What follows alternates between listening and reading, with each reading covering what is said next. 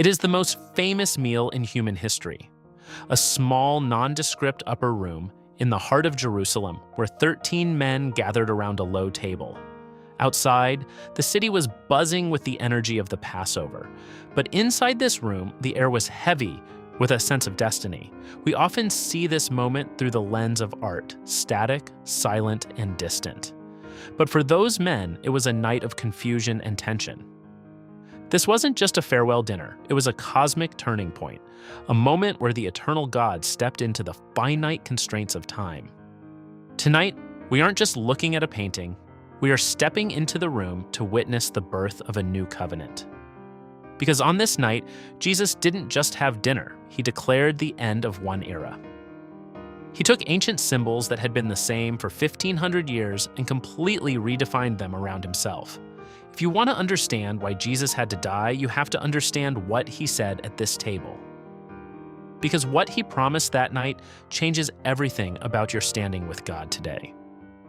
It is the bridge between the promise of the Old Testament and the reality of the New. To understand this, we have to look backward. Jesus chose the Passover for a reason. For 1,500 years, God's people had been celebrating their rescue from the iron furnace of Egypt. They remembered how they were slaves under the crushing weight of a pharaoh with no hope of self-liberation.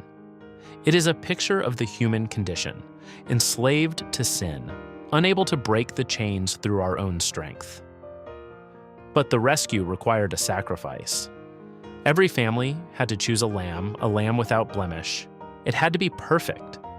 The innocence of the lamb was exchanged for the survival of the family. In Christianity, we understand that this was never just about a sheep. It was a living prophecy. It was God's way of preparing the human heart for the concept of substitution. The climax of that first Passover was the blood on the doorposts, a simple red stroke of obedience that separated life from death. It was a sign of faith. As Jesus sat in the upper room, he knew that the true lamb, the one whose sacrifice wouldn't just free a nation from a pharaoh, but free humanity from sin, was finally here. While the disciples were arguing about who among them was the greatest, the King of Kings did something shocking. The basin sat there, full of water, a silent witness to their pride. To wash someone's feet was the job of the lowest servant. It represents every time we choose our own reputation over the needs of others. But Jesus was about to flip the script. Knowing all things were under his power, Jesus stood up. He laid aside his outer clothing, wrapped a towel around his waist, and knelt in the dirt. Imagine the silence that fell over the room. Peter was scandalized. "You shall never wash my feet," he cried. But Jesus told him, "If I do not wash you, you have no part with me." This is the core of the gospel. We cannot save ourselves and we cannot clean ourselves. We must humble ourselves enough to let Jesus do the work. He didn't come to be served, he came to serve. By washing their feet, he was showing them what he was about to do on the cross, cleansing us from the filth we couldn't remove ourselves.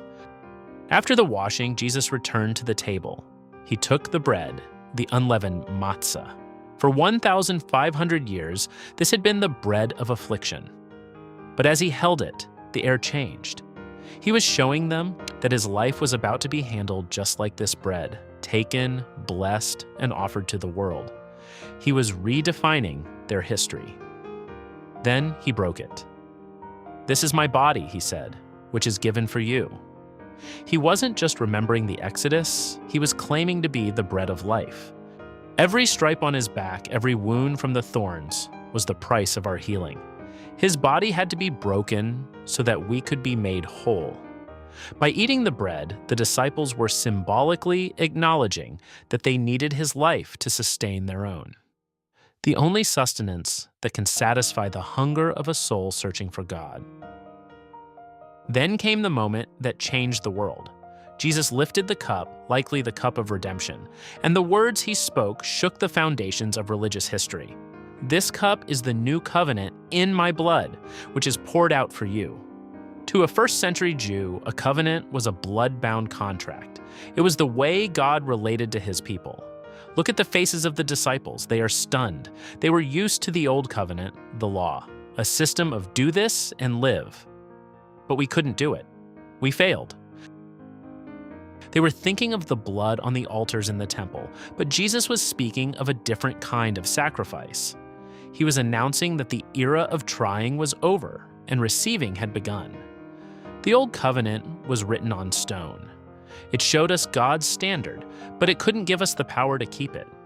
It was a mirror that showed us our sin, but it lacked the power to remove it. The law was never meant to be a ladder to heaven. It was meant to lead us to Christ. As Jesus held that cup, he was declaring that the gap of the broken tablets was about to be closed.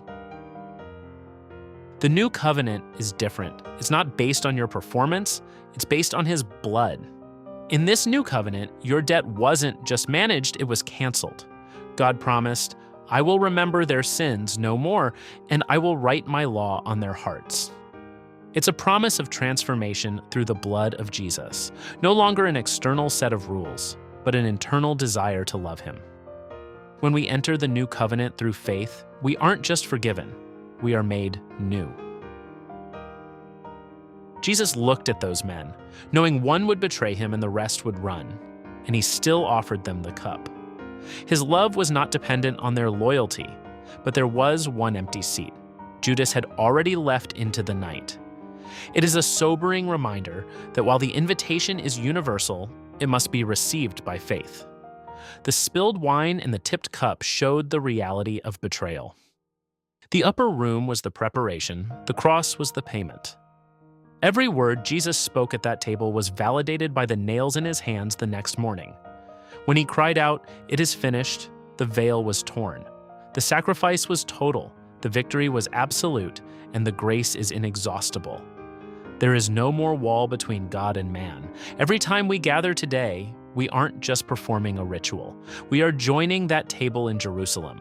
Every communion is a rehearsal for a greater feast yet to come. If you feel lost or burdened by the law, remember the upper room. The new covenant is for you, a promise that you are forgiven, chosen, and loved. Receive his grace today. Subscribe to Gospel Ground, and if this helped you, share it with someone who needs to hear it.